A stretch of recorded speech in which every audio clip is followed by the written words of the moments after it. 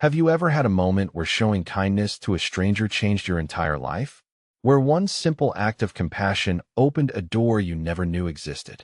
Maya Chun was about to discover that sometimes the most dangerous paths begin with the gentlest steps. The crystal chandelier overhead cast prismatic light across white tablecloths as Maya balanced 3 plates of seared duck breast along her left arm. Lotus Garden wasn't just upscale. It was the kind of Manhattan establishment where reservations required 6 weeks' notice and a single entree cost more than she made in a day. She'd worked here for 2 years, long enough to move with practiced grace between tables of business executives and old money families who barely glanced at the staff serving them. At 24, Maya had learned to be invisible in the best way. Efficient, polite, forgettable. It kept tips generous and managers happy, which kept her employed. She needed this job desperately. Her younger brother Daniel's Columbia tuition wasn't going to pay itself, and the partial scholarship only covered so much. Working doubles 6 days a week left her exhausted, but seeing Daniel's face when he talked about his engineering classes made every aching foot and forced smile worth it.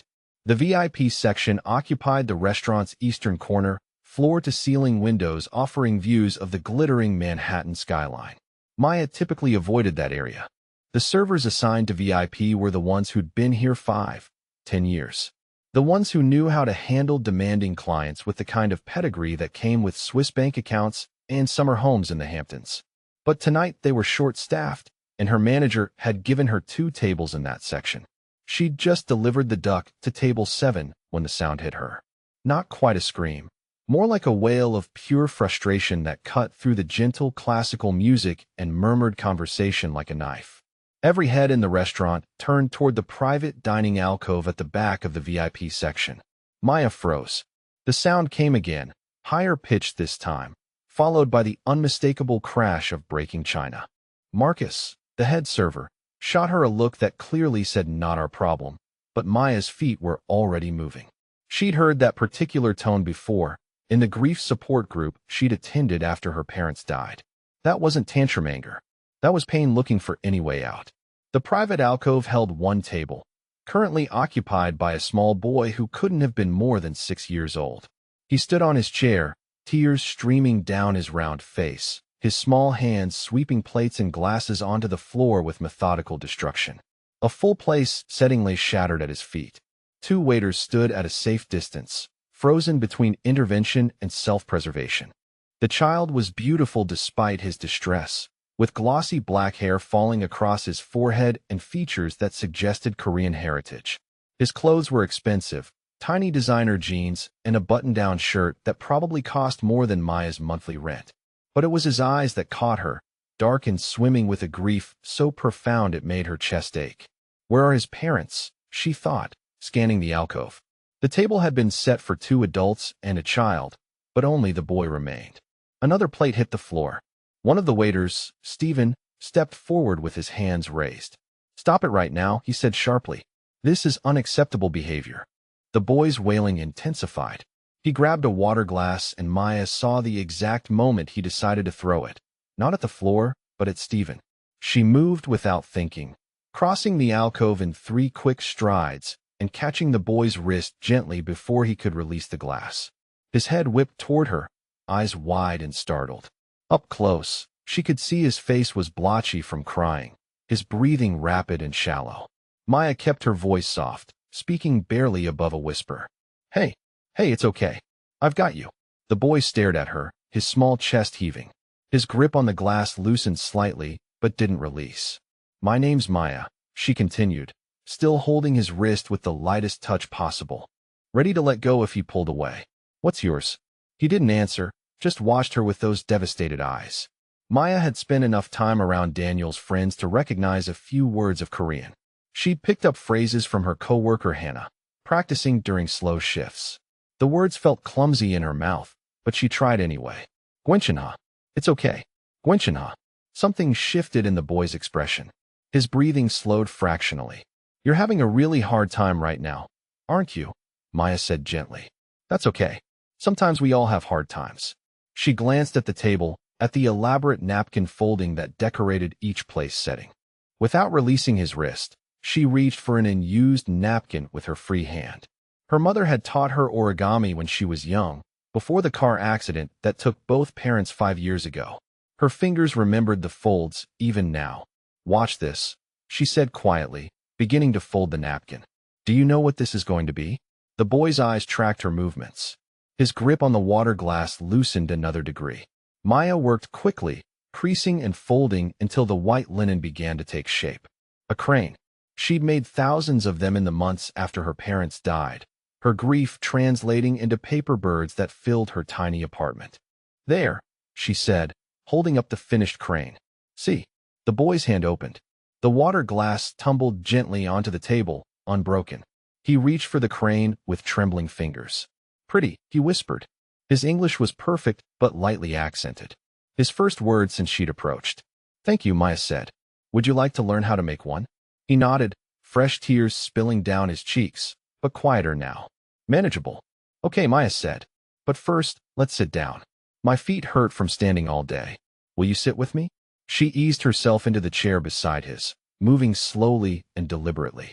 After a moment's hesitation, the boy climbed down from his chair and settled into his own seat, the napkin crane clutched in both hands like a treasure. Behind her, Maya heard movement. The other waiters backing away, probably to report the situation to management. She should care about that, should worry about overstepping her role, but the boy beside her needed someone present and calm more than she needed job security in this exact moment. "What's your name?" she asked again. "Miho," he said quietly. "That's a nice name." "It's very nice to meet you, Miho." He looked at the destruction surrounding them, the broken plates and spilled water. "I made a mess." "You did," Maya agreed. Gentle honesty seemed better than false reassurance. Sometimes when we feel really bad inside, we make messes on the outside. "Do you feel bad inside?" Miho's lower lip trembled. He nodded. "I'm sorry you're hurting," Maya said. "That's really hard." She wanted to ask where his parents were, why a child this young was sitting alone in a private alcove having what was clearly an emotional crisis. But before she could find the right words, the temperature in the room seemed to drop 10 degrees. A man stepped into the alcove, and the air itself shifted to make space for him. Maya looked up, and her breath caught despite herself. He was probably in his late 30s, tall and powerfully built beneath an immaculately tailored suit that screamed wealth and danger in equal measure. His face was striking, all sharp lines and intense dark eyes that swept the scene with the kind of controlled assessment that made Maya think of predators deciding whether something was prey or threat. His black hair was styled with careless perfection, and his olive skin seemed to glow with health and probably very expensive grooming products. But it was the way everyone in the restaurant reacted to his presence that told Maya who, or rather what, he was. The manager appeared from nowhere, practically bowing. The other diners who'd been watching the alcove suddenly found their own tables fascinating. Even the air seemed to hold its breath. This was someone with power. Real power. The kind that didn't come from money alone. The man's eyes found Miho first, something painful flashing across his features before his expression locked down into careful blankness. Then his gaze shifted to Maya, still seated beside his son, her hand resting near but not touching the boy's small shoulder.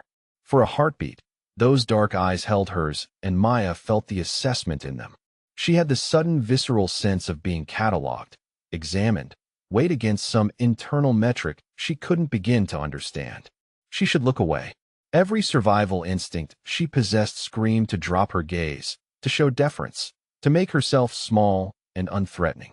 Instead, she met his eyes steadily and said, "He's okay now." Something flickered in the man's expression. Surprise, maybe. He moved forward with the kind of fluid grace that suggested either martial arts training or just a body accustomed to violence. When he crouched beside Miho's chair, his movements were slow and careful, telegraphing his approach.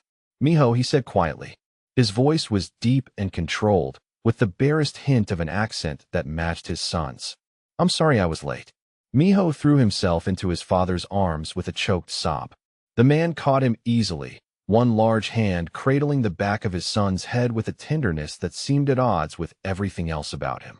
"Appa," Miho whispered against his father's neck. "You were gone so long." "I know," the man said. "Business ran late. I'm here now." Maya started to stand, to give them privacy, but the man's eyes flicked up to her. Stay, he said. It wasn't a request despite the word choice. She sank back into her chair. The man stood with Miho still in his arms, the boy's face buried against his shoulder. He turned to face Maya fully, and she realized he was even taller than she'd thought, probably 6'2", all controlled power and carefully leashed intensity.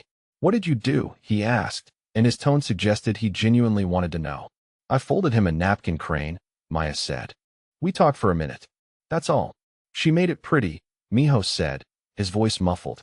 Like a bird. And she knows Korean words. The man's eyebrows rose fractionally.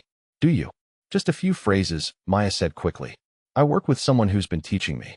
I'm not fluent or anything. The man studied her for a long moment. Then, still holding Miho, he said something in rapid Korean. A question, based on the inflection. Maya's mind scrambled for vocabulary. She'd caught maybe 2 words. I'm sorry, she admitted. I didn't understand that. Another flicker of expression, there and gone too quickly to read. He switched back to English. You calmed my son when 2 of your colleagues could not. You treated him with kindness when he was destroying property. Why? Because he needed kindness, Maya said simply. He was hurting. The man's eyes narrowed slightly, like he was looking for the angle, the hidden motivation. People like him probably didn't encounter genuine compassion without strings attached very often. Most people would have called security, he said. Maybe, Maya agreed. But he's 6. He's not dangerous. He's just sad. Miho lifted his head from his father's shoulder to look at Maya. She's nice, Appa. She said I could learn to make birds too. Did she? The man said, his gaze still locked on Maya's face. That was very generous of her. The manager appeared at the alcove's entrance, his face arranged in the kind of professional concern that poorly masked anxiety. Mr. Park, he began. I apologize for the disturbance. We'll of course comp your entire meal, and I assure you the staff member who overstepped will be appropriately disciplined. Maya's stomach dropped. Of course. She'd abandoned her other tables, had inserted herself into a VIP situation without permission. She was absolutely getting fired. Mr. Park, who now had a name to match the power, turned his attention to the manager. His expression didn't change, but something in his posture shifted. Disciplined, he repeated, his voice soft and absolutely terrifying. The manager paled. I only meant, we have protocols for situations like this, and she showed my son compassion and competence when your other staff showed neither, Mr. Park interrupted. If anyone on your team is disciplined for tonight's events, I will be taking my business and my recommendations elsewhere. Am I understood? It wasn't a question. Of course, Mr. Park, the manager said quickly. Absolutely. There will be no disciplinary action. I apologize for any confusion. He disappeared so quickly Maya half expected to see a cartoon dust cloud. Mr. Park looked back at her, and Maya realized she was holding her breath. You were willing to risk your employment, he said. I wasn't thinking about employment, Maya admitted. I was thinking about him. For the first time, something that might have been approval crossed his features. He shifted Miho in his arms and reached into his jacket with his free hand. When his hand emerged, he held a business card between 2 fingers. Call me, he said, extending the card toward her. We need to talk about Miho. Maya took the card automatically. The paper was thick and expensive, with minimal printing. Jinho Park. A phone number. No company name or title. I don't understand, she said. You will, Jinho said. He glanced down at his son, then back at Maya. How much do you make here? Annually. The question was so unexpected Maya answered without thinking. Around 32,000. Before tips. I'll triple it, Jinho said calmly, as if offering nearly $100,000 was equivalent to commenting on the weather. Maya's brain stuttered. What? Call me, Jinho repeated. Tomorrow. We'll discuss details. He turned to leave, Miho still wrapped around him like a small koala. The boy lifted his head one more time to look at Maya over his father's shoulder. Bye, Maya, he said, waving the napkin crane. Bye, Miho, Maya managed. It was nice to meet you. Jinho paused at the alcove entrance. He didn't turn back, but his voice carried clearly. Clean this up and add it to my bill.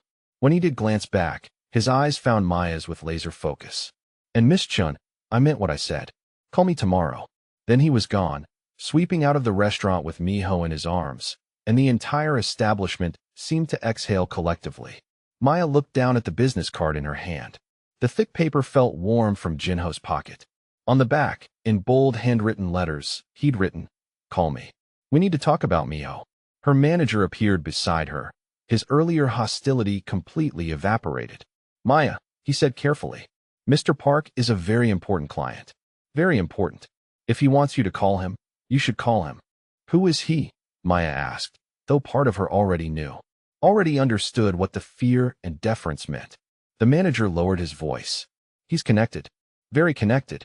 The kind of connected where you don't ask questions and you definitely don't refuse requests.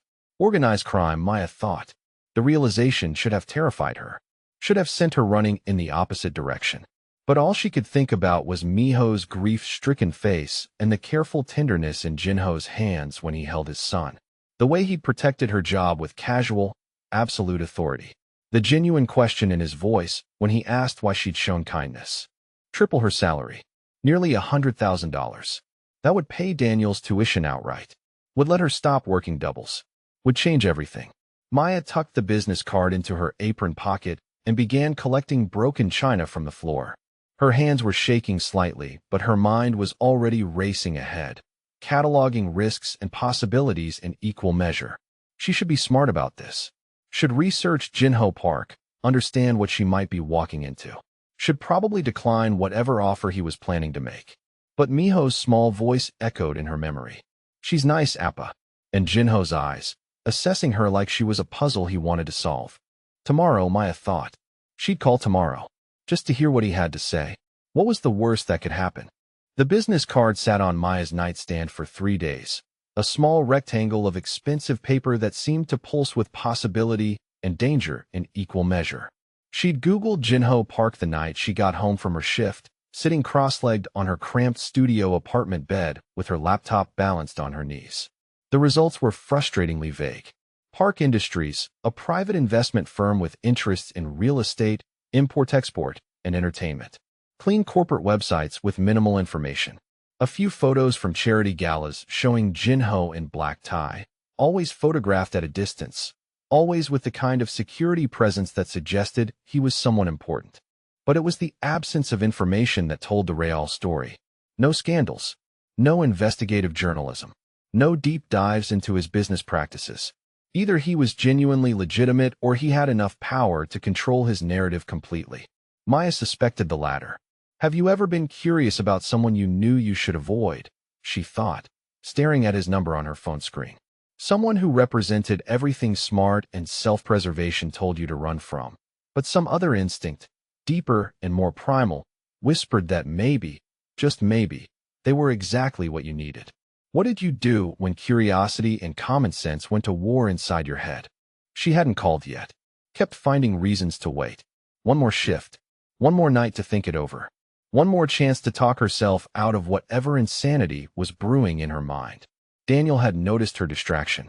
Her younger brother was too perceptive for his own good, his engineering student brain always analyzing patterns and probabilities. "You okay?" he'd asked over their usual Tuesday night video call. "You seem weird." "I'm fine," Maya had lied. "Just tired.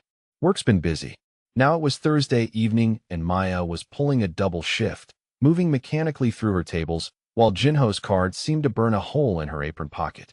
She'd transferred it there from her nightstand this morning, telling herself she just wanted it accessible. Not that she'd decided anything. Not that she was actually going to call. The dinner rush was in full swing when she felt the shift in atmosphere that meant someone important had arrived. Maya looked up from the dessert menu she was presenting to table 12 and her heart stuttered.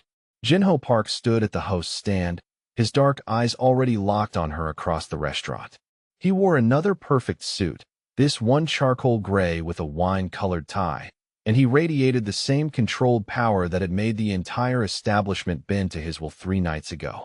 The host was practically vibrating with anxiety beside him. Maya excused herself from her table and crossed to the entrance on legs that felt simultaneously too heavy and too light.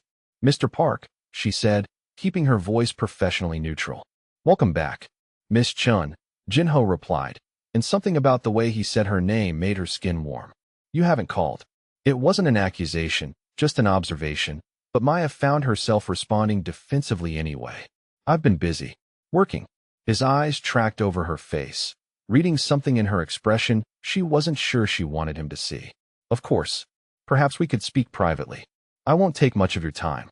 I'm working a double tonight, Maya said. I can't just leave my section.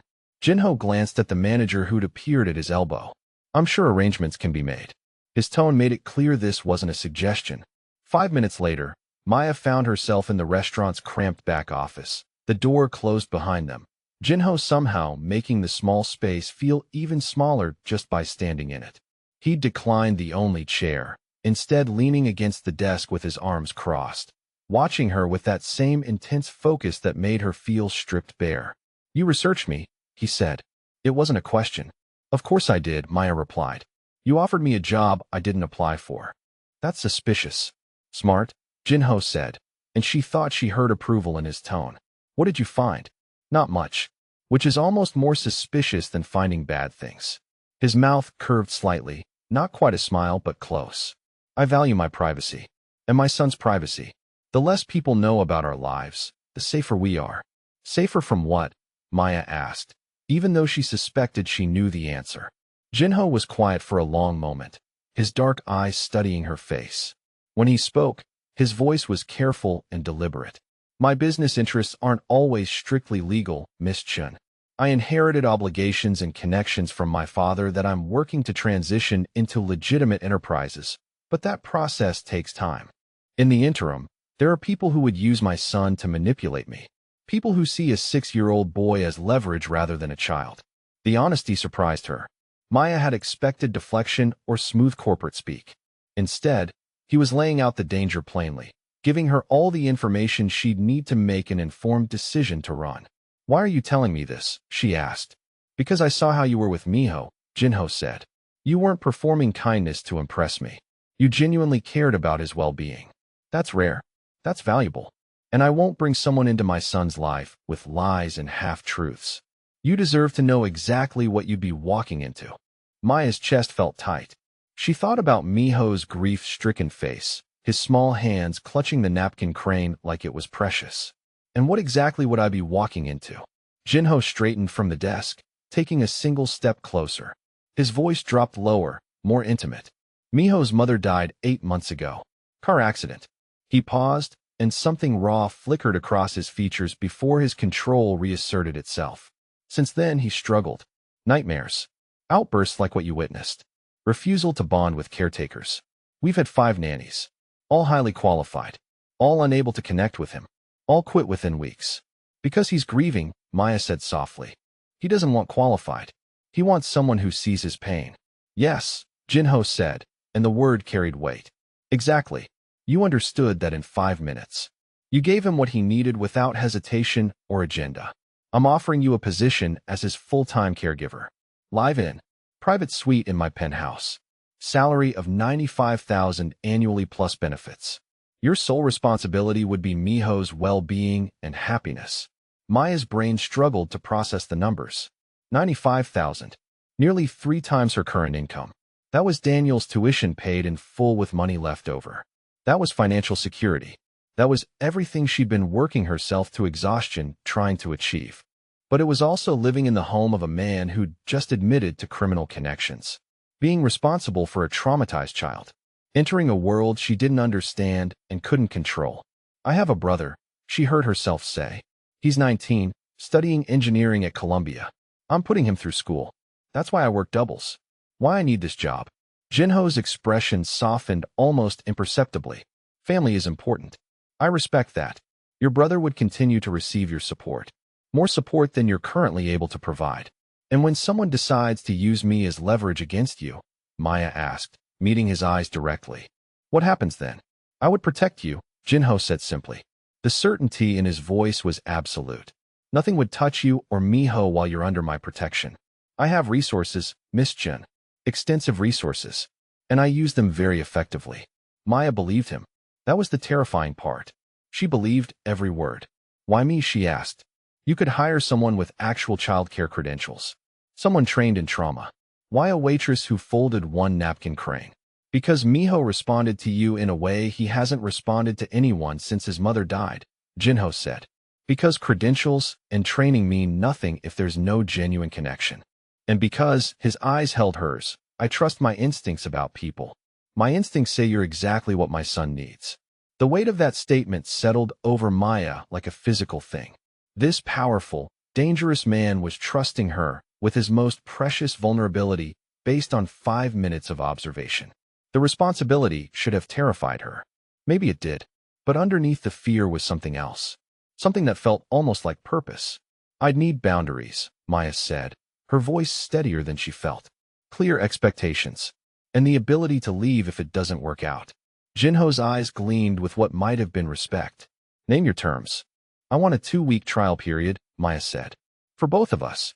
To make sure Miho and I actually connect beyond one crisis moment. If it's not working, I walk away, no hard feelings. Agreed.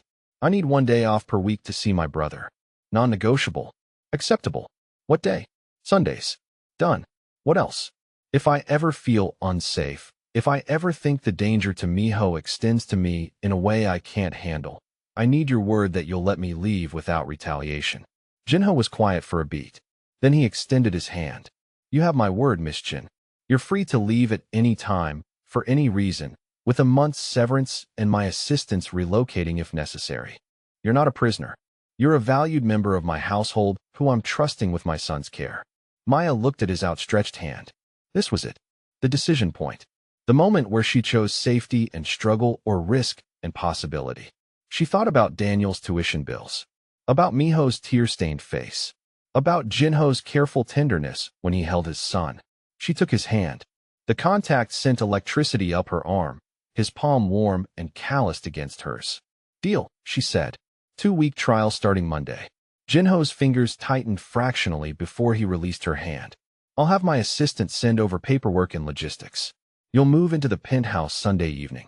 I'll arrange movers for your belongings. I don't have much, Maya admitted. Studio apartment. Most of my stuff fits in my car. Bring what matters to you, Jinho said. Anything else you need, we'll provide. The casual assumption of wealth, of resources, should have been off-putting. Instead, Maya found it oddly reassuring. If she was going to upend her entire life for a traumatized 6-year-old, at least she'd have support. Can I meet with Miho before Monday? She asked. I want him to know this is happening, that I'm coming back like I promised. Something warm flickered in Jinho's expression. He pulled out his phone, typed quickly, then looked back at her. Tomorrow evening. My penthouse. I'll text you the address. 6 o'clock. We'll have dinner. You can spend time with Miho, see the space, ask any remaining questions. Okay, Maya said. Tomorrow at 6. Jinho moved toward the door, then paused with his hand on the handle. Miss Chun. Maya. His use of her first name sent another shiver down her spine. Thank you. For taking this chance. For seeing my son as a child who needs care rather than a problem to be managed. I know what grief looks like, Maya said quietly. I lost my parents 5 years ago. I know how it feels when people expect you to be okay when you're falling apart inside. Miho deserves someone who understands that. Jinho's eyes held hers for a long moment, and Maya saw her own loss reflected back at her. We'll see you tomorrow, he said finally, and then he was gone. Maya stood in the small office, her heart racing and her mind spinning. She'd just agreed to move into a penthouse with a man who'd admitted to criminal connections, to care for his grieving son, to enter a world of wealth and danger she couldn't begin to comprehend. She pulled out her phone and texted Daniel. Need to talk to you about something big. Call me tomorrow. Then she went back to her tables, her apron pocket noticeably lighter without Jinho's business card, her future suddenly sharper and more terrifying and more promising than it had been an hour ago. Friday evening arrived with typical New York autumn chill, the kind of cold that cut through inadequate jackets and made Maya grateful for the cab Jinho had sent to collect her. The driver was professional and silent, navigating Manhattan traffic with practiced ease while Maya watched the buildings grow taller and more expensive through the window. The penthouse occupied the top 3 floors of a building in Tribeca, all glass and steel, and the kind of architecture that screamed wealth. Security was tight, the lobby attendant checking Maya's ID against a list before allowing her into a private elevator that required a key card to access the penthouse levels. The doors opened directly into Jinho's home, and Maya's breath caught despite herself. Floor-to-ceiling windows offered panoramic views of the Manhattan skyline. The city spread out below like a glittering carpet. The space was modern and minimalist, all clean lines and expensive furniture, but there were signs of life scattered throughout. Miho's toys in a basket by the sofa. A child's drawing stuck to the massive refrigerator with magnets. Small sneakers by the door. Jinho appeared from a hallway, and Maya realized this was the first time she'd seen him in casual clothes. Dark jeans, and a simple black sweater that somehow made him look more dangerous rather than less. His feet were bare against the polished hardwood, and the domesticity of it made something in Maya's chest tighten. "Maya," he said, gesturing her inside. "Welcome. Let me take your jacket."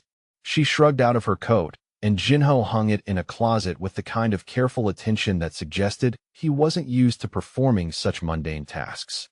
Probably had staff for that normally. "Miho's in his playroom," Jinho said. "He's been asking about you since I told him you were coming. Every 5 minutes. Are you ready?" Maya nodded, and Jinho led her down the hall to a room that could only be described as a child's paradise. Books, toys, art supplies, even a small indoor climbing structure. And in the center of it all, Miho, building something elaborate with blocks. The boy's head snapped up when they entered, and his entire face transformed. "Maya," he shouted, abandoning his blocks and running to her. Maya crouched and caught him in a hug, his small arms wrapping around her neck with fierce trust. "Hi, Miho. I missed you. Appa said you're coming to live with us," Miho said, pulling back to look at her with those serious dark eyes. "Is that true? Are you really staying?" "I'm really staying," Maya confirmed. "If that's okay with you." "Yes," Miho said emphatically. "I want you to stay. I told Appa you were the best." Over Miho's head, Maya met Jinho's eyes and saw something vulnerable there, something grateful and relieved, and maybe a little bit desperate. She was in. Completely, irrevocably in. And as Miho grabbed her hand to show her his block tower, as Jinho watched them with careful hope in his expression, Maya realized she wouldn't have it any other way. Maya moved into the penthouse on a Sunday evening with 2 suitcases and a box of books that had belonged to her mother. Jinho had offered movers, a full packing service, but something about maintaining control over her few possessions felt important. A reminder that she could leave if needed, that she wasn't trapped by luxury and circumstance. Her suite occupied the 3rd floor, a private sanctuary that was larger than her entire studio apartment had been. Bedroom, sitting area, full bathroom with a tub that could double as a small pool. Floor-to-ceiling windows offering views of the city that never failed to steal her breath. The closet was bigger than her old bedroom and currently held only her meager wardrobe, her clothes looking lost against the expanse of empty hanging space. Miho had helped her unpack with 6-year-old enthusiasm, asking questions about every item and telling her where things should go with adorable authority. "That book goes on the high shelf," he declared, pointing to her mother's worn copy of Korean folktales. "And your stuffed bear needs to be on the bed so he can protect you at night." The bear in question was ancient and threadbare, a gift from her parents on her 8th birthday. Maya hadn't been able to leave him behind. Now, 2 weeks into her trial period, Maya had fallen into a routine that felt both surreal and oddly natural. Mornings began at 6:30 when Miho bounded into her room with the energy only small children possessed before caffeine. They'd have breakfast together while Jinho read the news on his tablet, his presence a quiet anchor at the head of the table. Then school runs in Jinho's town car with the silent driver, whose name she'd learned was Thomas. The private school Miho attended was the kind of institution that had waiting lists measured in years and tuition that made Maya's eyes water. But the teachers were kind and genuinely seemed to care about their students, and Miho's face lit up when he talked about his art class and the friend he'd made named Lucas. After drop-off, Maya had the penthouse mostly to herself. Jinho disappeared into his home office for business calls and video conferences, emerging occasionally for coffee or a brief exchange about Miho's schedule. She'd used the time to explore the space, to learn where everything was kept, to make herself at home in incremental steps that felt like claiming territory. Afternoons were for pickup, homework at the kitchen island while Maya prepared snacks, then playtime that varied between energetic and quiet depending on Miho's mood. Some days he wanted to run around, to climb and jump and burn off energy. Other days he wanted to sit close to her and draw, or have her read stories, his small body pressed against her side like he needed the physical reassurance she wasn't going anywhere. Those quiet days were when the grief hit him hardest. Maya had learned to recognize the signs. The way his shoulders would curl inward, the distant look in his eyes, the questions that started with "Do you remember?" before trailing off into silence because of course Maya didn't remember, hadn't known his mother, couldn't fill that void no matter how much she cared. On those days, Maya just held space for him, let him cry when he needed to, answered his questions about death and heaven and whether his mom could see him from wherever she was. Maya didn't have all the answers, had her own complicated relationship with grief and faith, but she tried to be honest and gentle in equal measure. "I think she can see you," Maya had said one afternoon when Miho asked. "And I think she's proud of how brave you are." "Do you think she's mad I stopped crying every day?" Miho had whispered against her shoulder. "No, baby," Maya had said, her throat tight. "I think she's glad you're learning to be happy again. That's what people who love us want. For us to be happy even when they can't be with us." Jinho had been standing in the doorway when she'd looked up. She didn't know how long he'd been there, but something in his expression made her chest ache. Evenings were family time, though Jinho's presence was more sporadic. Some nights he joined them for dinner. Other nights business kept him away until Miho was already asleep. But when he was there, Maya got to see different facets of the man who'd upended her life. There was the businessman Jinho, cold and commanding during phone calls she sometimes overheard from the kitchen. His voice would drop into something hard and unyielding, speaking in rapid Korean that Maya couldn't follow but recognized as dangerous. On those calls, he paced his office like a caged predator, all restless energy and barely contained violence. Then there was Father Jinho, patient and gentle when reading bedtime stories to Miho. His entire demeanor would soften, his voice taking on different characters, his face expressing exaggerated emotions that made Miho giggle. He'd sit on the edge of Miho's bed and run his fingers through his son's hair with such tenderness that Maya had to look away, the intimacy of it feeling almost private. And sometimes, late at night when Maya came downstairs for water or couldn't sleep, she'd find another version of Jinho entirely. The lonely man who sat on his terrace overlooking the city with a glass of whiskey, his shoulders carrying weight Maya couldn't begin to comprehend. On those nights, he looked younger somehow, more vulnerable, and Maya always retreated before he could notice her watching. The incident that changed everything happened on a Thursday afternoon, 2 weeks into her trial period. Maya had just returned from picking up Miho when she heard Jinho's voice from his office. The door was partially open and his tone was different from his usual business calls. Sharper, more dangerous. "I don't negotiate with people who threaten my family," Jinho was saying in English, which meant whoever he was talking to wasn't part of his usual Korean business network. "You have 24 hours to reconsider your position. After that, I handle this my way." A pause. Then, quieter but somehow more terrifying. "I inherited my father's empire and his debts, but I also inherited his methods. Don't make me remind our associates why the park name commands respect." Maya had frozen in the hallway, Miho's hand in hers. She should move, should get Miho away from this, but her feet wouldn't cooperate. The response on the other end must have been inflammatory because Jinho's next words came out like ice. "If you touch anyone under my protection, there won't be enough of you left to identify. Are we clear?" Maya finally got her legs working, pulling Miho quickly toward the kitchen before he could process what they'd overheard.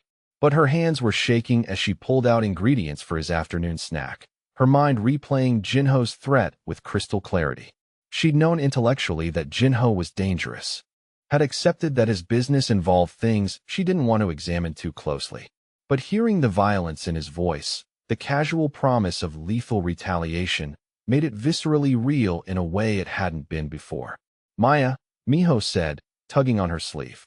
"You're making my sandwich wrong. I don't like crusts, remember?" "Sorry, baby," Maya said, her voice steadier than she felt. "Let me fix that." She'd just finished cutting off the crusts when Jinho appeared in the kitchen doorway. His expression was carefully neutral, but his eyes found Maya's immediately, and she knew he'd realized she'd overheard. "Miho," Jinho said, his voice gentle despite whatever darkness had filled it minutes ago. "Why don't you go play in your room for a bit? I need to talk to Maya about grown-up things." "Okay, Appa," Miho said cheerfully, grabbing his plate and skipping off. The silence that fell after Miho left was heavy. Jinho moved into the kitchen, keeping careful distance between them, his hands sliding into his pockets in what Maya was learning was a self-soothing gesture. "You heard," he said. "Not a question." "Yes," Maya admitted. She wasn't going to lie. Jinho was quiet for a long moment, his jaw tight. "Are you afraid?" Maya considered the question honestly. "Should I be?" "Not of me," Jinho said immediately. "Never of me. But of my world, my obligations." His eyes held hers. "Yes. Fear is appropriate. It means you understand the reality." "Tell me," Maya said. "Tell me what that call was about. What you inherited." Jinho moved to the island, leaning against it but maintaining distance. "My father built an empire importing goods from Korea. Some legal, many not. He had connections to organized crime families on both continents. When he died 3 years ago, I inherited the business and all the relationships that came with it." "And Miho's mother," Maya asked quietly, "was killed because someone wanted to send me a message," Jinho said, and the pain in his voice was stark and raw. "The car accident wasn't an accident. It was meant for me. She was in the wrong place at the wrong time and He stopped, composing himself. "I've spent 8 months making very clear what happens to people who target my family. That call was someone testing boundaries, seeing if my reputation was earned or inherited." "What did you do?" Maya whispered. "To the person who killed her." Jinho's eyes went dark. "What needed to be done?" "Justice isn't always legal, Maya. Sometimes it's just necessary. She should be terrified, should be packing her bags." But all Maya could think about was the grief in his voice, the way his hands gripped the counter like he needed the stability. "I lost my parents in a car accident 5 years ago," Maya heard herself say. "Real accident, not planned. Drunk driver. He walked away with minor injuries. They died on impact." Jinho's attention sharpened, focused completely on her. "I was 19, Maya continued. "Daniel was 14. I became his legal guardian overnight. Had to quit college, get whatever jobs I could, figure out how to keep us afloat while watching my baby brother grieve for parents I couldn't bring back." "I'm sorry," Jinho said softly. "That's too much weight for 19. "We survived," Maya said. "We learned to be strong because we had to be. But I understand grief, Jinho. I understand the rage that comes with losing someone to someone else's choices. I understand wanting justice even when the legal system fails you." Jinho studied her face like he was seeing her clearly for the first time. "You're not running." "No," Maya said, surprising herself with the certainty. "I'm not running. Miho needs me. And I think, maybe you need someone who understands too." Jinho moved then, crossing the kitchen in 2 strides. He stopped just in front of her, close enough that Maya could smell his cologne, could feel the warmth radiating from his body. His hand came up slowly, telegraphing the movement, giving her time to step back if she wanted. She didn't want to. His palms settled on her shoulder, large and warm and gentle despite the violence she knew those hands were capable of. The contact sent electricity down her spine, made her breath catch in a way that had nothing to do with fear. "Thank you," Jinho said quietly, "for staying, for understanding, for caring about my son when you had every reason to walk away." "He's easy to care about," Maya managed, hyper-aware of everywhere they were touching. "You both are." Jinho's eyes darkened, his thumb moving in a small circle against her shoulder. "Maya." The way he said her name felt intimate, weighted with things neither of them was ready to acknowledge. The moment stretched, tension building in the small space between their bodies. Maya's heart was racing, and she thought Jinho must be able to feel it, must know exactly what effect he was having on her. Then footsteps on the stairs, Miho calling out that he'd finished his snack, and Jinho stepped back smoothly. The loss of contact felt like cold water. "We'll continue this conversation later," Jinho said, his voice rough, "when there are fewer interruptions."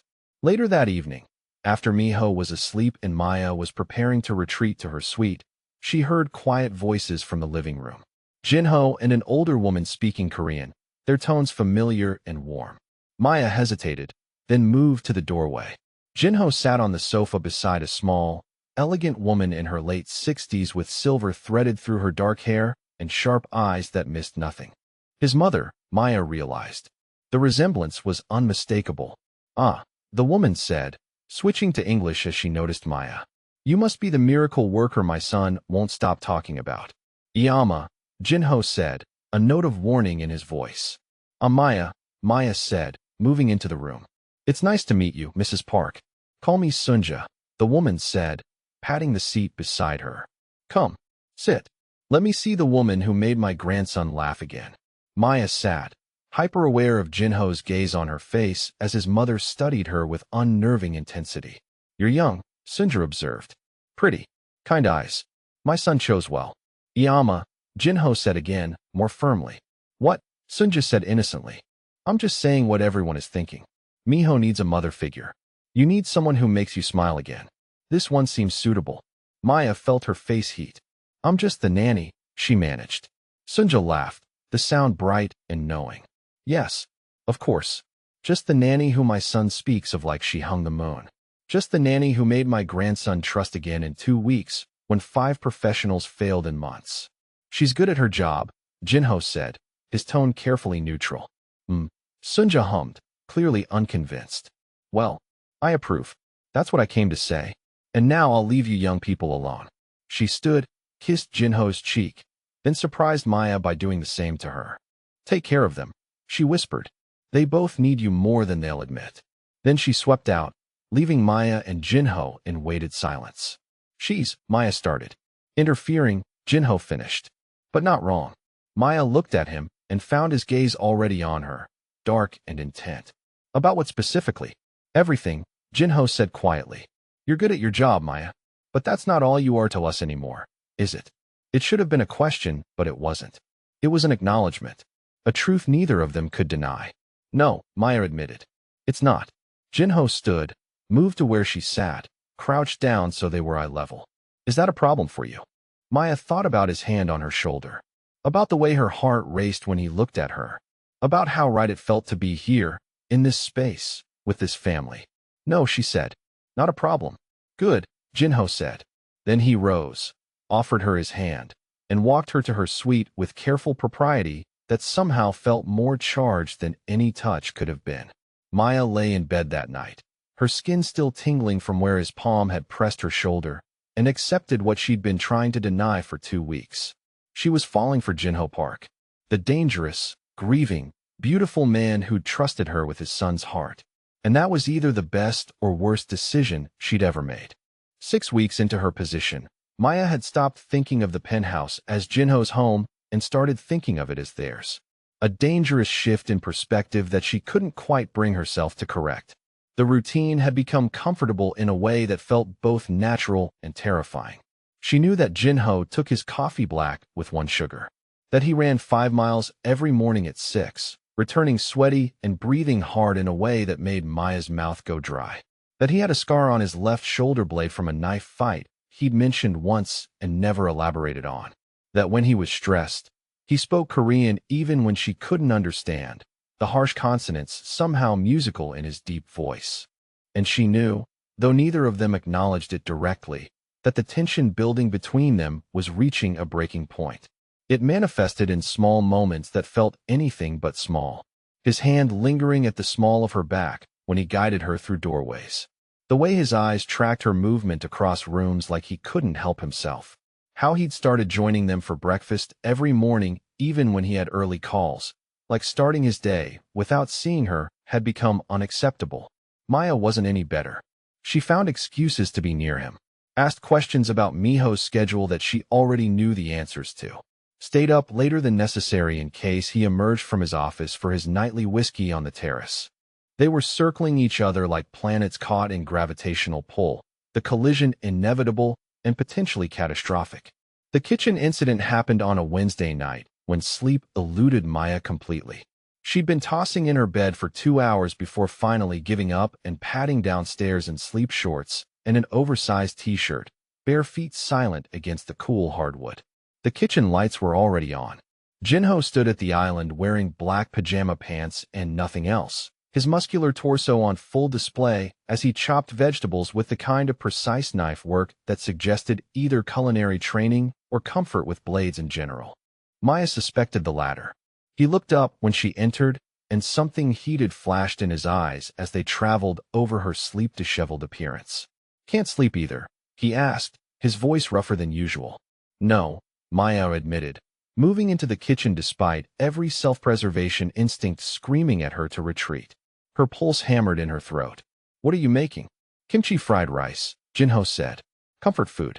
My mother used to make it when I couldn't sleep as a child." "Can I help?" Maya asked. Even though she knew she should leave, she'd put distance between them before this tension snapped into something neither could take back. Jinho's eyes held hers for a long moment.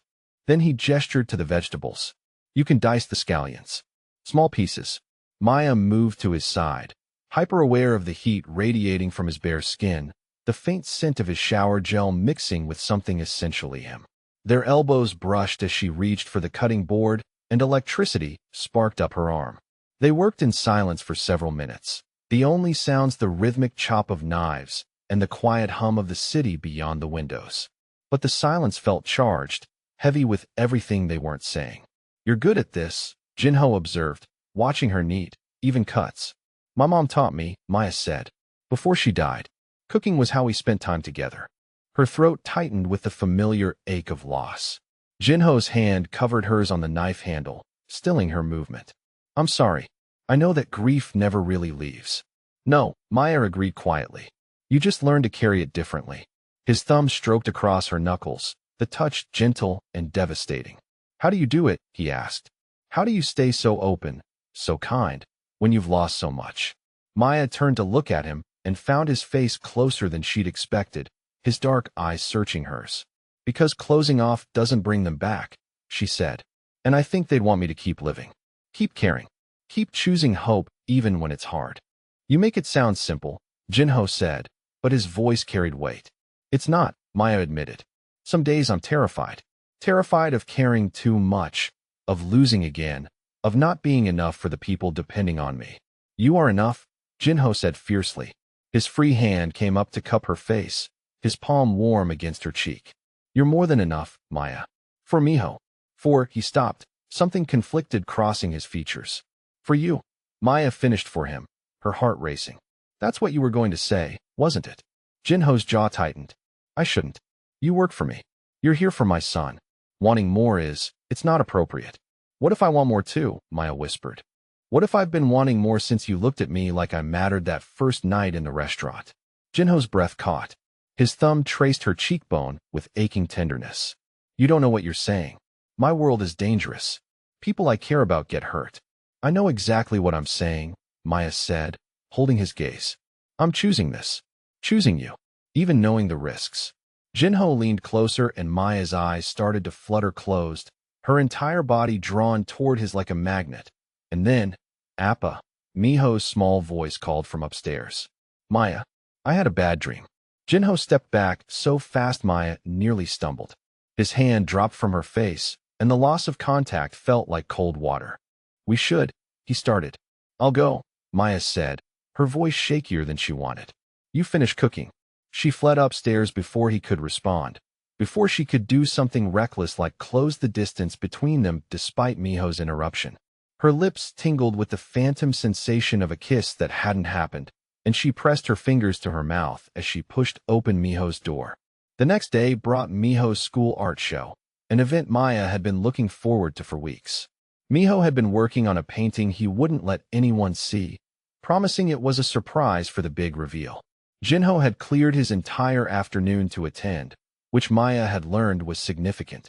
He protected his time with Miho fiercely, but business often intervened. For him to block out 4 hours suggested this mattered. They arrived at the private school together, Jinho's hand settling at the small of Maya's back as they navigated the crowded hallways. Parents and children filled the space, the walls lined with student artwork in professional frames that probably cost more than the art itself. Miho spotted them immediately and ran over, his face alight with joy. "You both came," he said, grabbing each of their hands. Come see, come see." He dragged them to his painting, positioned prominently in the kindergarten section. Maya's breath caught. The painting showed 3 figures: a tall man with dark hair, a small boy between them, and a woman with long dark hair. They stood in front of floor-to-ceiling windows with a city visible behind them. All 3 held hands. Above the painting, in careful child's handwriting, Miho had titled it, "My Family." "Oh, baby," Maya said softly, her throat tight. It's beautiful. That's you, Miho said, pointing to the woman. And Appa. And me. We're a family now, right? Maya's eyes found Jinho's over Miho's head. His expression was intense, searching her face for her reaction. Around them, other parents had slowed, looking at the painting and then at the three of them with knowing smiles. A woman approached, probably another kindergarten mother based on her friendly demeanor. Your son is very talented, she said to Jinho. And what a lovely family portrait. Thank you, Jinho said smoothly, and he didn't correct her assumption.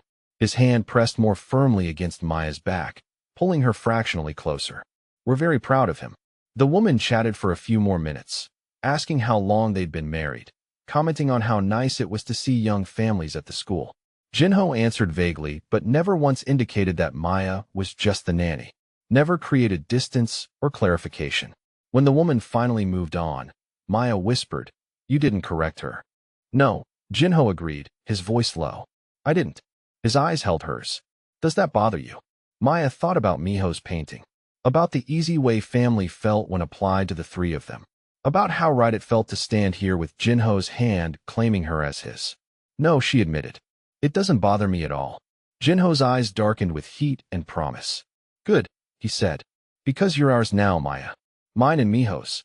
And I don't share what's mine." The possessiveness in his words should have alarmed her.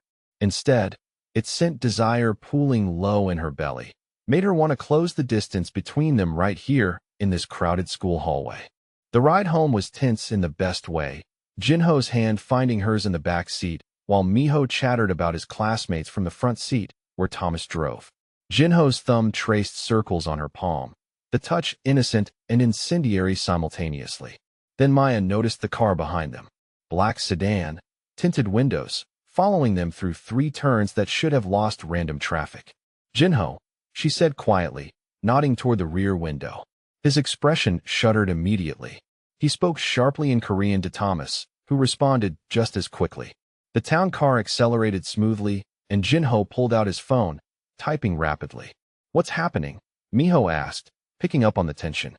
"Nothing to worry about, buddy," Jinho said, his voice gentle despite the hardness in his eyes.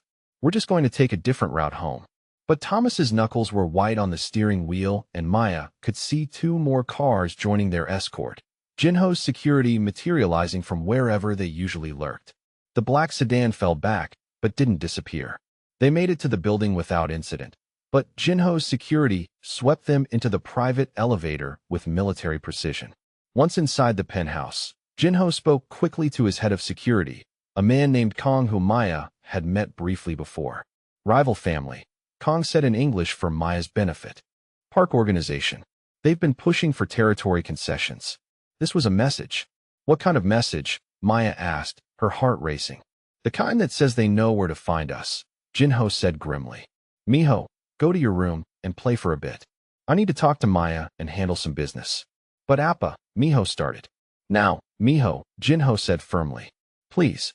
Miho went, but his worried backward glance made Maya's chest ache. Jinho turned to her once they were alone. "I'm doubling security effective immediately. You and Miho don't leave the building without full detail. No exceptions." "You think they'll try something?" Maya said. "I think they're testing me," Jinho replied. "Seeing if I'll bend to pressure. If they can use fear to make me negotiate." "And will you?" Maya asked. Jinho's smile was cold and dangerous. "I don't negotiate with people who threaten my family. I eliminate the threat." The casual violence in his words should have terrified her. Instead, Maya felt safer than she had all day. This man would protect them with lethal efficiency. "I'm scared for Miho," she admitted. "Not for myself. For him. Nothing will touch him," Jinho promised, moving close to her. "Or you. I swear it, Maya. On everything I am, I will keep you both safe." "I believe you," Maya said, and she did. That night, after Miho was asleep and Maya should have retreated to her suite, she found herself on the terrace where Jinho stood looking over the city. He'd changed into dark jeans and a fitted shirt, a glass of whiskey in his hand. The city lights spread below them like fallen stars. "Can't sleep again?" Jinho asked without turning. "Too much adrenaline," Maya admitted, moving to stand beside him. "That was scary. Earlier." "I'm sorry," Jinho said. "You shouldn't have to live with this kind of fear." "I knew what I was signing up for," Maya said. "You were honest about the risks." Jinho finally looked at her, and the intensity in his eyes made her breath catch. Knowing intellectually and experiencing viscerally are different things. You could still leave. I'd understand. I'd make sure you and your brother were taken care of financially. Is that what you want? Maya asked. For me to leave? No, Jinho said roughly. God, no. But what I want and what's best for you aren't the same thing. What if they are? Maya said, stepping closer. What if what I want is to stay here, with you and Miho? What if I'm falling for you despite knowing I shouldn't? What if I'm already so far gone that leaving would hurt worse than staying? Jinho set his glass down with careful precision, then turned to face her fully. Maya, he said, and her name in his voice was a prayer and a warning. If we start this, if we cross this line, there's no going back. You won't be just Miho's nanny anymore. You'll be mine. Completely. Maybe I want to be yours, Maya whispered. Maybe I've wanted that since you looked at me like I mattered in that restaurant. I've been fighting this since that night, Jinho admitted, his hand coming up to cup her face like he had in the kitchen. Fighting wanting you. Wanting to keep you. Knowing I'm too dangerous, too damaged, too. I'm choosing you anyway, Maya interrupted. I'm choosing this. Choosing us. Jinho's control snapped. He pulled her against him and claimed her mouth in a kiss that was everything their almost kiss had promised and more. His lips were firm and demanding, his hand fisting in her hair to angle her head exactly how he wanted. Maya melted into him, her hands clutching his shoulders for balance as sensation overwhelmed thought. He kissed like a man starving, like he'd been holding back for weeks and couldn't anymore. His tongue swept into her mouth and Maya moaned, the sound swallowed by his kiss. His other hand splayed across her lower back, pulling her flush against the hard planes of his body. When they finally broke apart, both breathing hard, Jinho rested his forehead against hers. Tell me you're sure, he said raggedly. Tell me you want this. I'm sure, Maya said. I want you. I want this. Jinho pulled back just enough to look into her eyes. Then come to bed with me. Let me show you exactly how much I've been wanting you. Yes, Maya breathed, and Jinho's eyes went dark with heat and promise. He led her inside, through the penthouse to his bedroom, a space she'd never entered before. Floor-to-ceiling windows, king-sized bed, everything masculine, inexpensive, and undeniably Jinho. He closed the door and turned to her, his expression intense. If you want to stop at any point, you say so. Understand. Your comfort, your consent, that comes first. I understand, Maya said, touched by his care even in the midst of obvious desire. Then he was kissing her again, walking her backward toward the bed. They fell onto it together, Jinho bracing himself above her, his weight a delicious pressure. His hands moved over her body with reverence, like she was precious, like he wanted to memorize every curve. You're beautiful, he murmured against her throat. I've wanted to touch you like this for so long. Then touch me, Maya said, arching into him. Jinho groaned and his hands became bolder, sliding under her shirt to map her skin. Every touch ignited fire. Every kiss deepened the connection between them. When he finally stripped away her clothes, when skin met skin, Maya felt like she was coming home. He took his time, learning what made her gasp, what made her moan. His focus was entirely on her pleasure, his own need held in check with visible control. And when he finally moved inside her, when they joined completely, Maya felt something shift in her chest. Something fundamental and irreversible. You're mine now, Jinho whispered against her ear, his voice wrecked. Mine to protect. Mine to cherish. Mine to keep. Yes, Maya breathed, holding him close. Yours. Afterward, they lay tangled together, Jinho's arms wrapped around her possessively. Maya traced patterns on his chest, her mind quiet for the first time in weeks. No regrets, Jinho asked quietly. None, Maya said. You. Never, Jinho said firmly. He pressed a kiss to her temple. You're it for me, Maya. I need you to understand that. This isn't casual. You're family now. Mine and Miho's. Good, Maya said, snuggling closer. Because I'm not going anywhere. And lying there in Jinho's arms, feeling safer and more cherished than she'd felt in years despite the danger lurking outside, Maya knew she'd made the right choice. She was all in. Completely, irrevocably, dangerously in love. 2 months into their relationship, Maya had learned that happiness could exist alongside danger. That love could flourish even in the shadow of violence. That family wasn't always blood, sometimes it was choice. She woke most mornings wrapped in Jinho's arms, his breath warm against her neck, his body a protective cage around hers. They'd been careful around Miho at first, maintaining separate rooms, but the 6-year-old was more perceptive than they'd given him credit for. "Are you and Appa married now?" Miho had asked one morning over breakfast, his tone suggesting he already knew the answer and was just seeking confirmation. "Not yet," Jinho had said, his eyes finding Maya's across the table with heat and promise. "But soon." "Good," Miho had declared. "Then you'll be my real mom, and we'll be a real family." Maya's throat had tightened. "I already feel like your real mom," she'd admitted. "If that's okay with you." Miho had launched himself at her with a fierce hug. "It's okay," he'd said against her shoulder. "I love you, Mayama." The Korean word for mother had broken something open in Maya's chest. "I love you too, baby," she'd whispered. "So much." Now, 2 months in, Miho called her Iyama more often than not. Jinho had moved her belongings into his bedroom, claiming he slept better with her beside him. The penthouse felt less like his space and more like theirs, their life together settling into comfortable domesticity despite the constant security presence. Jinho had been disappearing for mysterious errands lately, always with a small smile when Maya asked where he'd been. She suspected jewelry shopping, but didn't push. Some surprises were worth waiting for. But underneath the happiness, tension simmered. The rival family, Park organization ironically sharing Jinho's surname despite no relation, had been applying pressure. Phone calls that made Jinho's jaw tighten. Meetings that lasted late into the night. Security briefings that Maya was carefully excluded from but could feel the weight of regardless. The crisis came on a Thursday afternoon during school pickup. Maya waited outside Miho's private school with 3 security guards in positions around her. Jinho had insisted on the increased protection, his concern evident despite his attempts to downplay the situation. Thomas sat in the town car at the curb, engine running.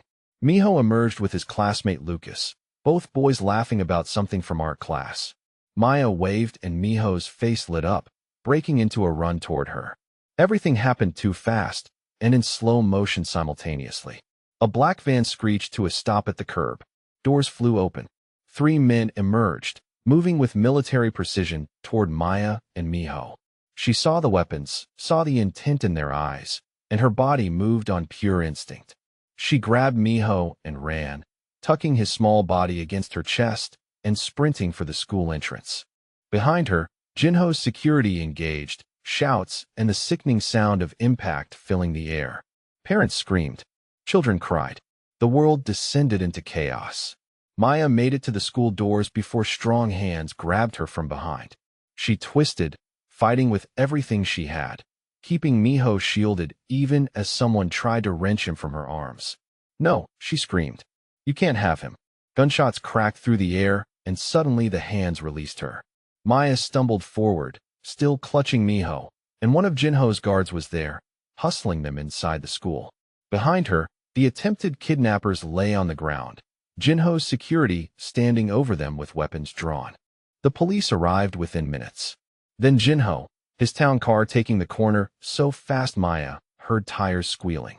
He was out of the vehicle before it fully stopped, his face a mask of barely controlled terror and rage. "Where are they?" he demanded of his security chief. "Inside. Safe. Both unharmed." Jinho pushed past everyone, past the police trying to take statements, past the school administrators attempting damage control. He found Maya and Miho in the principal's office, still wrapped around each other, both shaking. The sound Jinho made was somewhere between a growl and a sob. He crossed the room in 3 strides and pulled them both into his arms, his body trembling with emotion he couldn't contain. "You're okay," he said, his voice breaking. "Tell me you're okay." "We're okay," Maya managed, though her voice shook. "Your security stopped them." Jinho's arms tightened almost painfully. "I'm sorry," he said against her hair. "God, I'm so sorry. This is my fault. I should have seen this coming." "Appa," Miho whimpered. "I was scared." "I know, buddy," Jinho said, pulling back to cup his son's face. "I know you were. But you're safe now. Maya protected you. And I'm going to make sure nothing like this ever happens again." The promise in those words was absolute and terrifying. They were taken to a safe house, a luxury apartment in a building Jinho owned under a shell corporation. Different location, different security protocols, complete isolation from their normal life. Jinho's team swept the space, established perimeters, and Jinho made a series of phone calls in rapid Korean that made his security team's expressions go grim. That evening, after Miho was finally asleep in the unfamiliar bedroom, Maya found Jinho on the balcony. His knuckles were bloody from hitting something, probably a wall based on the dent she'd noticed in the safe house hallway. "You're hurt," she said quietly, reaching for his hand. Jinho pulled away. "Don't.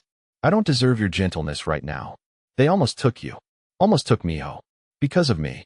Because of what I am. This isn't your fault," Maya said firmly. "It is," Jinho said, his voice harsh. "The Park family wants my territory. They think if they take what I love, I'll give them what they want. And they're right. Maya, if they'd gotten Miho," his voice cracked, "I would have burned the entire city down to get you back. Then we fix this," Maya said. "Together. You handle the Park family, and we stay safe here until it's resolved." "No," Jinho said sharply. "Not together. I'm sending you and Miho away. Out of the city. Out of the country, if necessary. Somewhere they can't find you." Maya's chest tightened. "Absolutely not. This isn't a discussion," Jinho said, his tone brooking no argument. "Your safety is non-negotiable. Neither is staying together," Maya shot back. "You don't get to make unilateral decisions about my life, Jinho. I'm not some delicate thing you can lock away. I'm your partner. We face this together." "You're asking me to risk your life?" Jinho said, his eyes wild. "I can't do that. I won't." "I'm not asking permission," Maya said. "I'm telling you. I'm not running. I'm not hiding. And I'm sure as hell not leaving you to handle this alone." They stared at each other, both breathing hard, the air between them crackling with tension and fear and desperate love. "I can't lose you," Jinho finally said, his voice breaking. "Not like I lost her. I won't survive it." Maya moved to him, taking his bruised hands in hers despite his earlier protest. "You won't lose me," she said firmly, "because you're going to handle this threat, eliminate it completely, and come back to us. And we'll be right here waiting." "How can you be so calm?" Jinho demanded. "Because I trust you," Maya said simply. "I trust that you'll do what needs to be done. And I trust that Miho and I will be safe with your security while you do it." Jinho pulled her against his chest, his face buried in her hair. "I'm going to propose when this is over," he said roughly. "Had the ring custom made. Was planning something romantic. But I need you to know now, before I go handle this, that you're it for me. You and Miho. My family. My everything." "I know," Maya whispered, her own tears finally falling. "And when you come back, I'm going to say yes." "Promise me," Jinho said, pulling back to look at her. "Promise me you'll stay here. Keep Miho safe. Don't try to be brave or heroic. Just stay alive until I come back." "I promise," Maya said. "Now promise me you'll come back." Jinho kissed her desperately, pouring every ounce of love and fear and determination into it. "I promise," he said against her lips. "Nothing will keep me from coming back to you." He left at dawn, dressed in all black, his expression hard and cold in a way Maya had never seen directed anywhere but at threats. He kissed Miho's sleeping forehead, then turned to Maya. 3 days, he said. Maybe 4. I'll call when it's done. Be safe. Maya managed past the fear choking her throat. Always, Jinho said. Then he was gone, taking half of Maya's heart with him. The waiting was agony. Maya kept Miho entertained with games and movies and baking projects, anything to distract him from asking when Appa would be back. But at night, after Miho slept, Maya paced the safe house and imagined every terrible possibility. Jinho called once to confirm they were safe. His voice was colder than she'd ever heard it, the voice of the dangerous man he became when protecting his family. Soon, was all he said. Very soon. On the 3rd day, Maya's phone rang at 2 in the morning. Jinho's name on the screen made her heart stop. It's done, he said without preamble. I'm coming to you. Be ready to come home in the morning. Are you hurt? Maya asked, her voice shaking. Nothing that won't heal, Jinho said. The threat is eliminated. Completely. No one will touch you or Miho again. What did you do? Maya whispered. What was necessary? Jinho said, his tone leaving no room for questions. I'll tell you everything when I see you. But Maya, know this. I crossed lines tonight. Did things that can't be undone. If you can't accept that, can't accept what I'm capable of, I'll understand. Jinho, Maya said firmly. I already know what you're capable of. And I'm choosing you anyway. Always. She heard his breath catch, heard the emotion he was barely containing. I love you, he said roughly. I need you to know that. Everything I did tonight, I did for you and Miho. I love you too, Maya said. Come home to us. Jinho arrived at dawn. Maya heard the door open and was moving before conscious thought caught up. He stood in the entryway, still in the black tactical gear, dried blood on his hands and sleeve that wasn't his based on the absence of wounds. He looked tired and hard and dangerous. And he looked like home.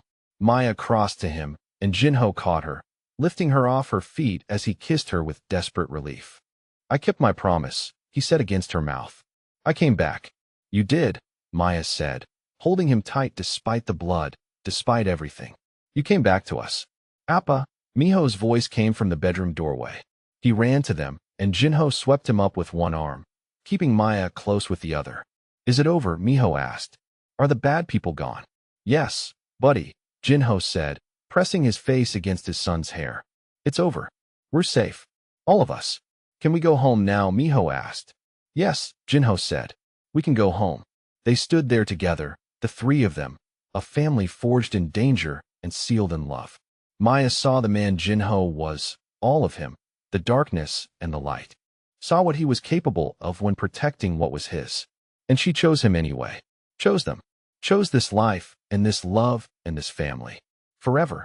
Returning to the penthouse felt like breathing again after being underwater too long. Maya stood in the familiar living room with its floor-to-ceiling windows and city views. Miho pressed against her side, and felt the tension of the past 3 days finally begin to ease. Jinho had showered and changed, the blood and tactical gear replaced by soft jeans and a t-shirt that made him look younger, more vulnerable. But his eyes still carried the weight of what he'd done, the lines that couldn't be undone. Miho had questions, of course.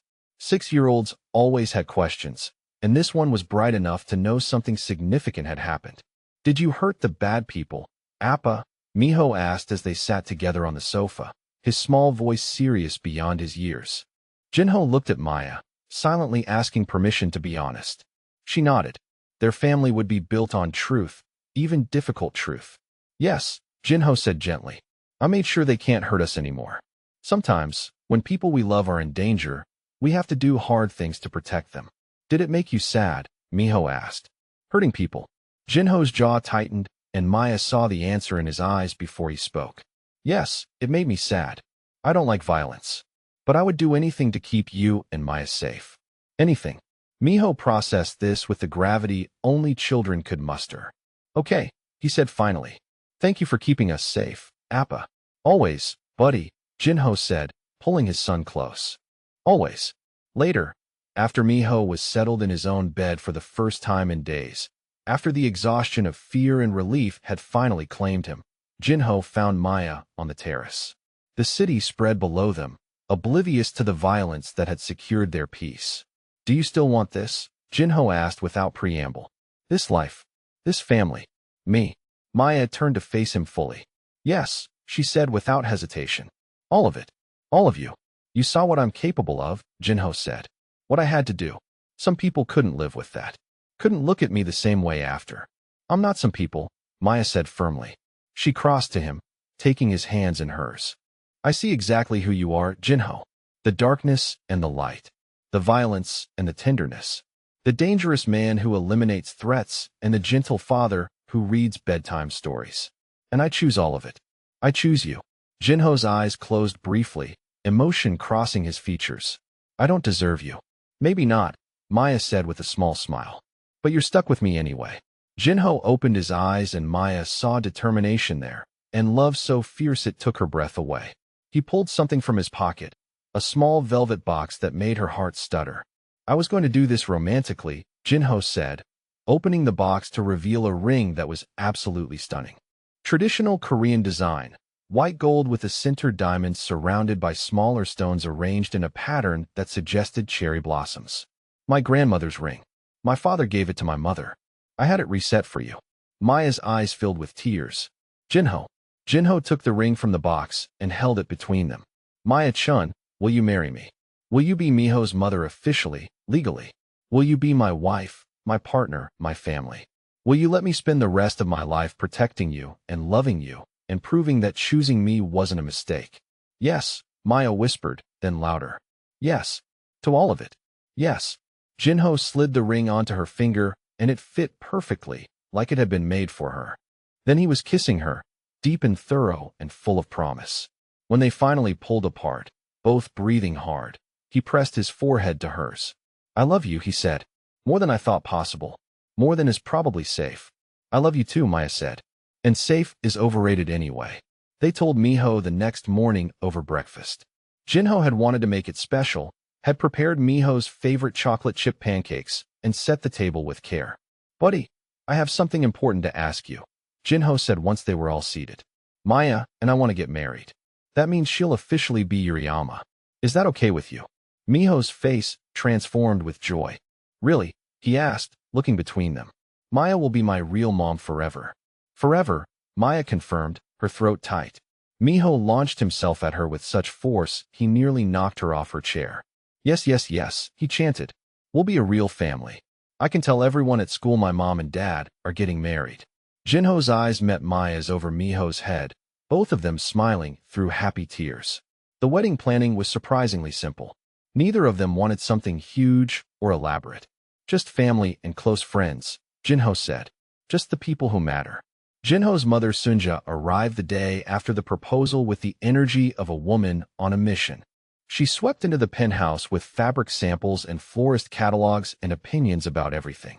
Small wedding, yes, but still beautiful, she declared. My son finally found someone worthy. We celebrate properly.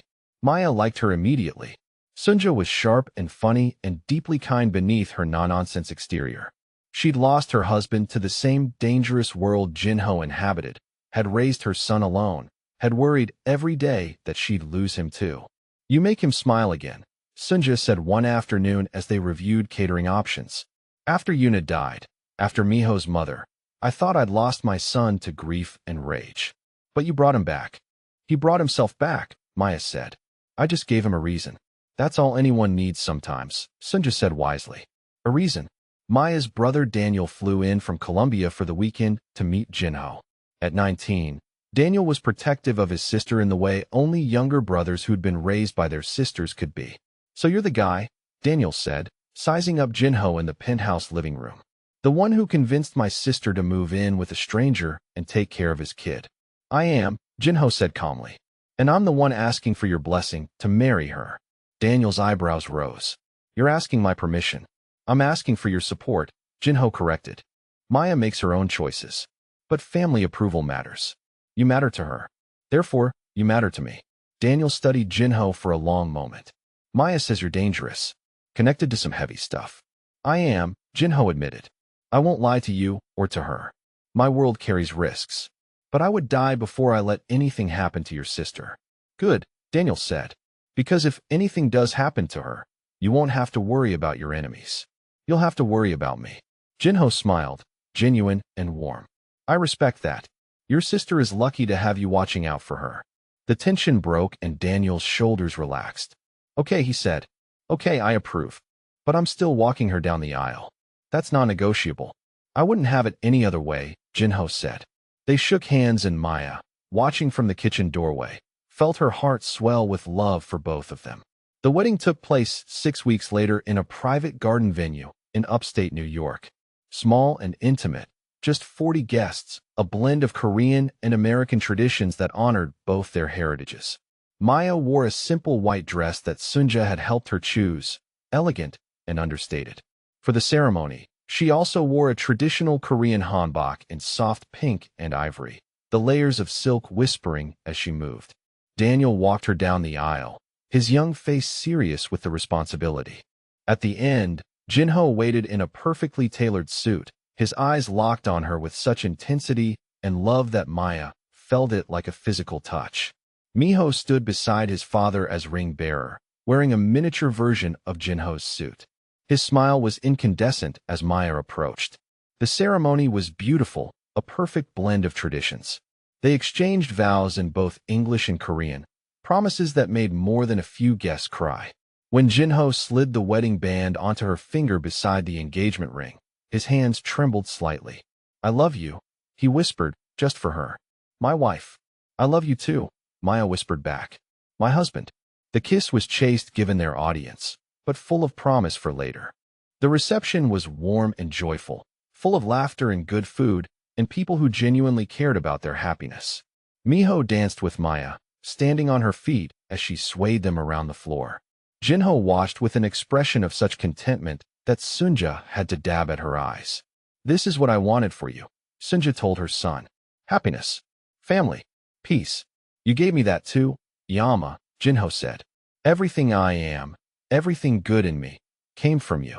The honeymoon was brief, just 4 days in a private villa in the Catskills. They'd considered going farther, but neither wanted to be away from Miho for too long.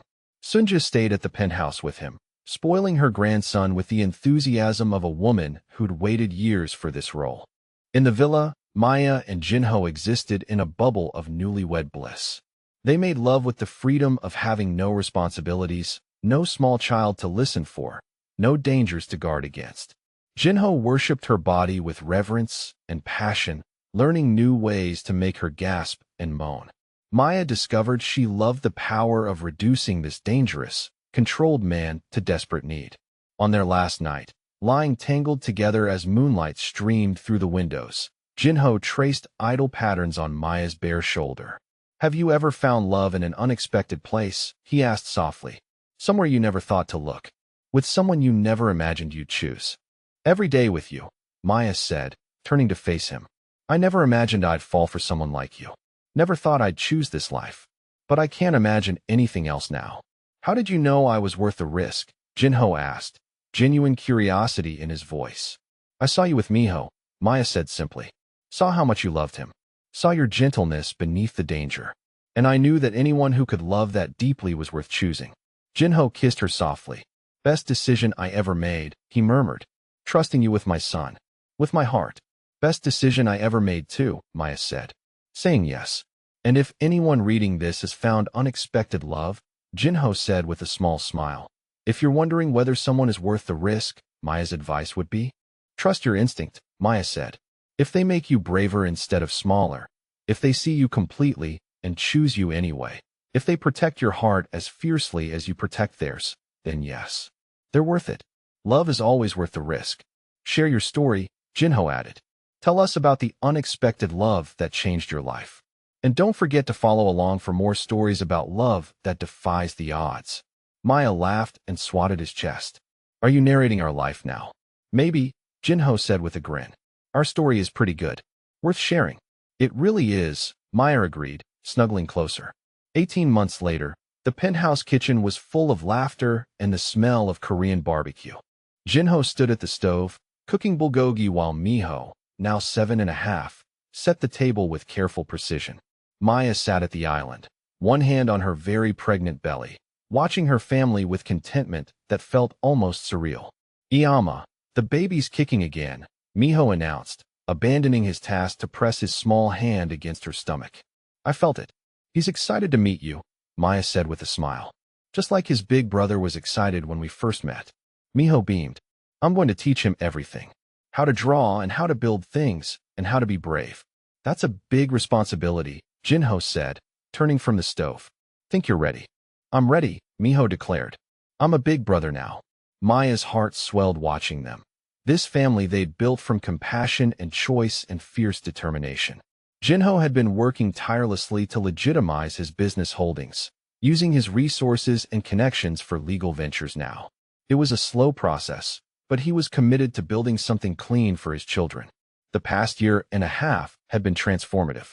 Marriage had deepened their bond in ways Maya hadn't anticipated. Pregnancy had made Jinho even more protective, hovering in the sweetest way. Miho had blossomed into a confident, happy child who still had rough days, but no longer let grief define him. Dinner's ready, Jinho announced, bringing plates to the table. My 2 favorite people and our future 3rd favorite person. Hey, Miho protested. I'm always going to be your favorite. You're both my favorite, Jinho said diplomatically. Different categories. They sat together, family dinner a sacred ritual they'd maintained since Maya first moved in. As they ate and talked about Miho's day at school and Maya's doctor appointment and Jinho's latest business acquisition, Maya felt gratitude wash over her. 2 years ago, she'd been a struggling waitress, exhausted and alone, working herself to the bone for a brother and a future that seemed impossibly far away. She'd folded a napkin crane for a grieving child and changed her entire life in that single moment of compassion. "You're thinking too hard," Jinho observed, reaching across the table to take her hand. "I can see it on your face." "Just thinking about how we got here," Maya admitted. "How one moment can change everything." "Best moment of my life," Jinho said. "Watching you calm my son with kindness when everyone else saw a problem to manage. I knew then you were special." "I just saw a kid who needed someone to care," Maya said. "Exactly," Jinho said. "That's what made you special." After dinner, after Miho was bathed and read to and tucked in with promises they'd all still be there in the morning, Maya and Jinho stood on the terrace. The city glittered below them like it had that first night, but everything else had changed. Jinho's arms wrapped around her from behind, his hands settling on her pregnant belly, his chin resting on her shoulder. "Happy?" he asked quietly. "So happy," Maya confirmed. "Sometimes I can't believe this is real, that we get to have this. We fought for it," Jinho reminded her. "Chose it even when it was hard, even when it was dangerous. Best choice I ever made," Maya said, leaning back into his warmth. They stood there together, a family forged from unexpected circumstances and sealed with fierce love. Maya thought about the terrified waitress who'd taken Jinho's business card with shaking hands. About the grieving man who'd trusted a stranger with his son's broken heart. About the little boy who'd taught them both that healing was possible. Some families were born, connected by blood and obligation and circumstance beyond their control. But their family had been chosen, built deliberately from compassion and trust and love that refused to be diminished by danger or doubt. And that, Maya thought as Jinho pressed a kiss to her temple, and their baby kicked against his palm, and the city spread below them full of possibility, that made it absolutely perfect.